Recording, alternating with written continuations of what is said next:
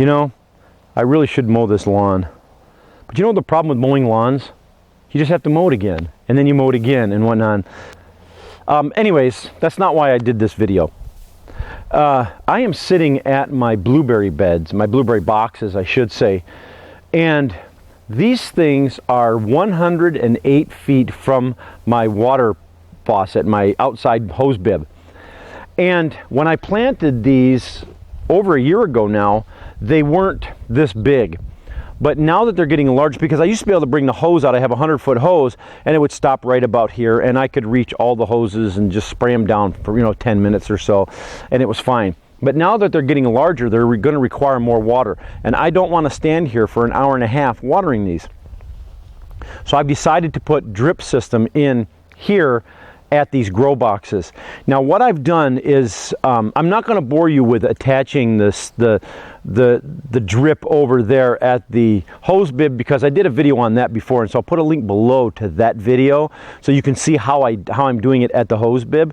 Now that video shows me going to my raised beds at my grape arbor. So I'm going to just split it from the grape arbor over and then come down the edge of the backyard here and then come to these boxes. So it's all going to come off the same part of the hose bib. Now I did buy an automatic timer that I'm going to use, and I'll show in my next video how to install that. Well, not how to install the timer, but how to use it. And so stay tuned for that. But anyways, I'm going to go ahead and I'm going to run it, and I'm not going to bore you, of course, with running the pipe and everything. But what I did was, on each box, I took a T-joint and a 90-degree elbow. So it's basically going to run along like this here. And so it'll come off the T and go this way to the next one. This one will attach like this. And then I hope you can see that. I hope I'm not too far away. I'll bring you in closer though to give you a better look. And then it's just going to keep going around, and then I'm going to take it all the way down to the hose bib. Now, I'm not going to bore you also with running all this pipe, because this is pretty standard. I'm going to connect these with 4-foot sections, and each one of these is going to come up. Now I'm going to bury this pipe about 6 inches into the ground. Now the reason for that is because I've had a lot of people tell me when I did the raised beds on the grape arbor, I should have done something better, a different, like a Schedule 80 or whatever they call it, something that's a little more resistant to UV.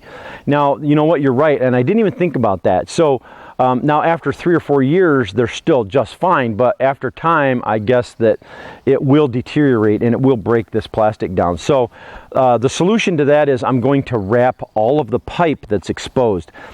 I'm going to bury all the pipe 6 inches down, except for this that's coming up to the bed like this.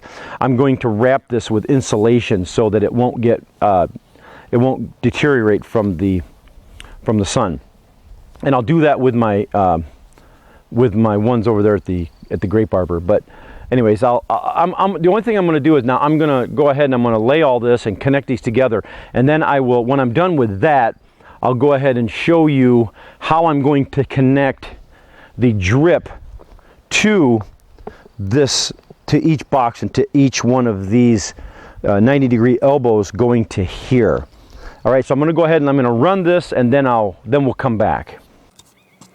Okay, I wanted to stop in the middle of this and show you guys what I did. I am such a moron. Okay, so I'm connecting these together, right, and gluing these pipes. I put one to that box, put one to that box, one to that box, and then I went around the corner and I put another one to that box, and then went down to here.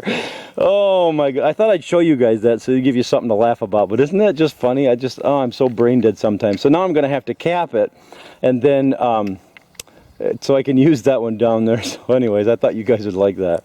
Okay, so let me show you what I've done here. Now, I was gonna go down 6 inches on these. I got down 4 inches and then told myself I have to hand dig 100 feet. I'm just gonna go down to where I start hitting a little bit of rock, and then I'm gonna give it up. So I went down 4 inches, which is actually gonna be plenty. And it leaves me a couple inches on top here. So in hindsight, I should have probably just only made these a little bit, you know, maybe 4 inches taller, but it's no big deal really. They're gonna get wrapped. Now I'm gonna wrap it with this here. I was going to get the kind that it's got a tape on it, and you just pull the tape off and then it sticks to itself again. But for some reason they didn't have any of that available, but it did have the slit in it. So I'm going to go ahead and wrap this like this and then just tape it with some UV resistant tape and or duct tape or whatever. It doesn't really, it's no big deal.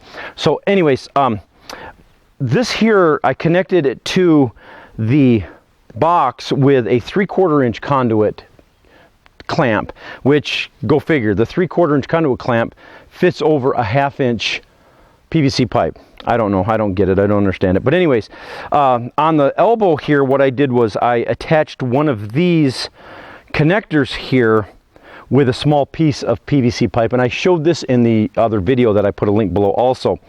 This is, what it does is it takes a 1/2 inch PVC and converts it to 1/2 inch irrigation hose. And so you glue this to the PVC pipe, and then the 1/2 inch hose just friction fit, you just push it in and you're good to go.